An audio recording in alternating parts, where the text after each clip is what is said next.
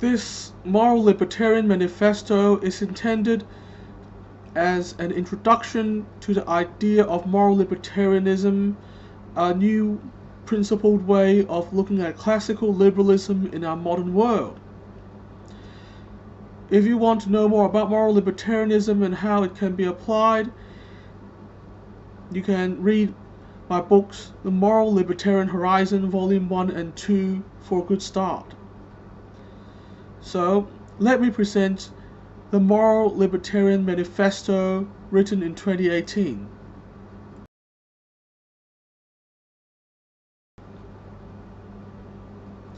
A ghost is hanging over the West, the ghost of liberalism, the ghost of only partly fulfilled yet already abandoned promises of life and liberty, of equality and fraternity. Liberalism is not quite dead yet, but nor is it truly alive. The right had made liberal a dirty word for 4 decades, and now a new generation of the left is about to do the same, the 2 longtime enemies burying classical liberalism in a rare bipartisanship. Is it too late for liberalism? No, not really. But to return to life, it will need a life force. Life force comes from conviction, from moral principles, and from confidence.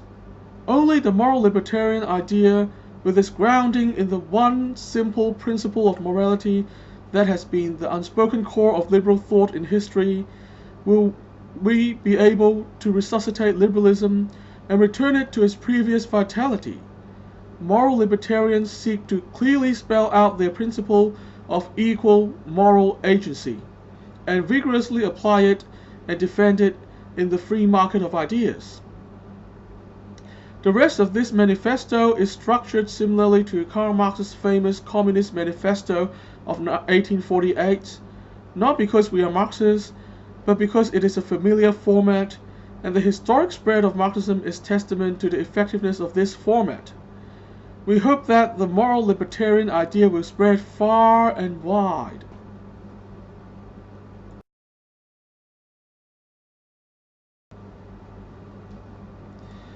Liberalism is an idea with a history stemming from the Western Enlightenment. The old world of master and slave was being swept away. In its place, a long line of thinkers from John Locke onwards theorized about how we can have a structure of liberty and equality instead. Since then, much has been achieved, but as we all know, the project is still incomplete.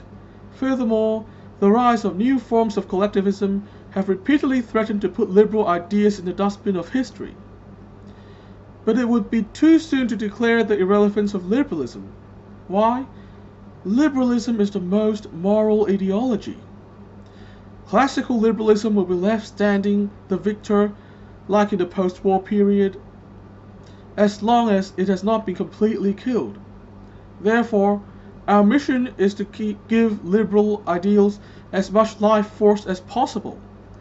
Such life force can only come with idealism, moral conviction, and clear principles. We believe that the one core classical liberal idea is the equality of moral agency.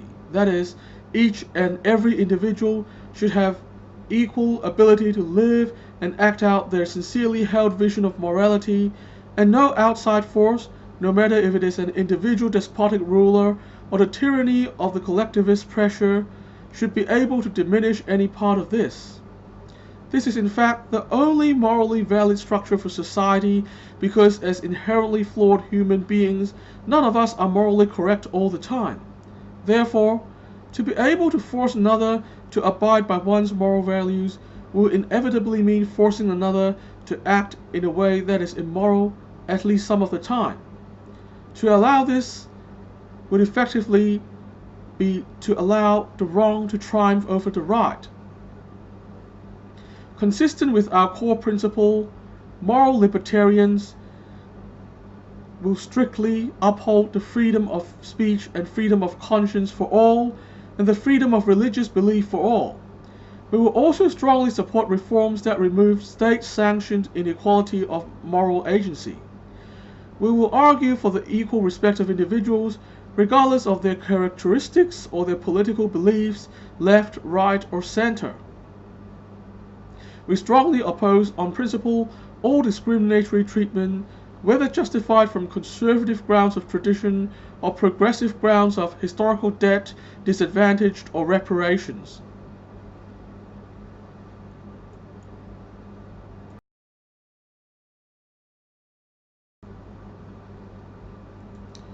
Does moral libertarianism harm traditions and traditional morality?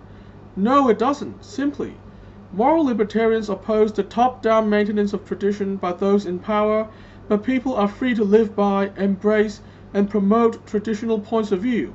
In fact, our staunch opposition to top-down enforcement will, especially in the longer run, prove to be the greatest protector of traditional values. Does moral libertarianism fail to protect minorities and excuse bigoted behavior? No. We staunchly argue against discrimination and are the only political faction which does so consistently. While we cannot support reducing freedom of speech, we do not believe this to be detrimental to minorities because only open discussion will be effective in changing attitudes.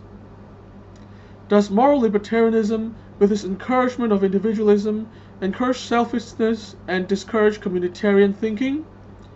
Moral libertarians are opposed to the tyranny of the majority and strongly encourage individualist thinking. However, once individuals have their freedom to think and act, there is nothing preventing them from deciding to act for the benefit of the community. However, each individual will have their own right to determine what they believe is the greater good rather than have a specific kind of greater good dictated to them by other people.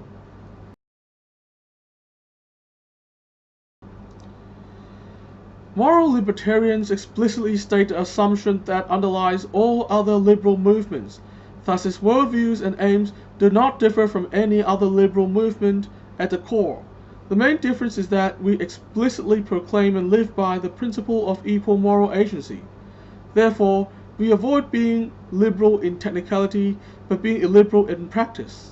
Left liberals, progressive liberals, sometimes fail to challenge their further left allies' encroachment on freedom of speech. For example, by upholding the EMA, our liberalism is made stronger. Where other liberal movements, including classical liberals and other liberals, act according to the EMA principle and are thus acting as truly liberal, we will support them. Otherwise, we will not. We are not sorry to say that we will not support so-called liberals who oppose free speech, for example.